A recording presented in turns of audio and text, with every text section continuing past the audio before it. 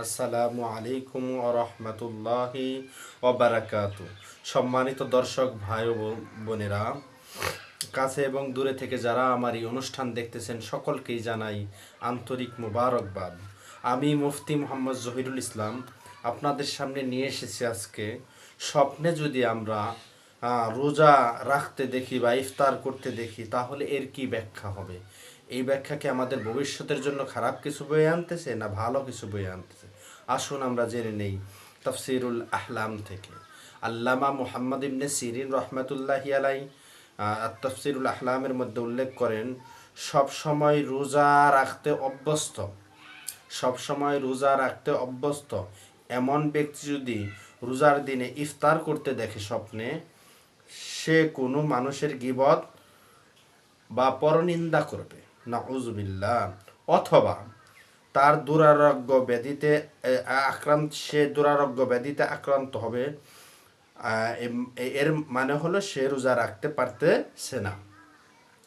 যদি কেউ রোজা রাখতে দেখে কিন্তু এটা নাকি ফরজ না নফল বুঝতে পারছে না, যদি এমন স্বপ্নে দেখে যে সে রোজা রেখেছে কিন্তু এটা কি ফরজ না নফল এটা বুঝতে পারতেছে না, এর ব্যাখ্যা হলো তার উপর মান্নতের রোজা কাজা করা ওয়াজিব রয়েছে।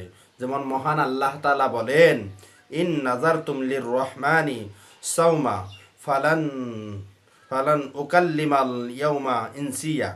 আমি আল্লাহ উদ্দেশ্যে রোজা মান্নত করেছি, সুতরাং আজ কারো সঙ্গে একটাও কথা বলবো না। সূরা মরিয়ম আয়াত 26।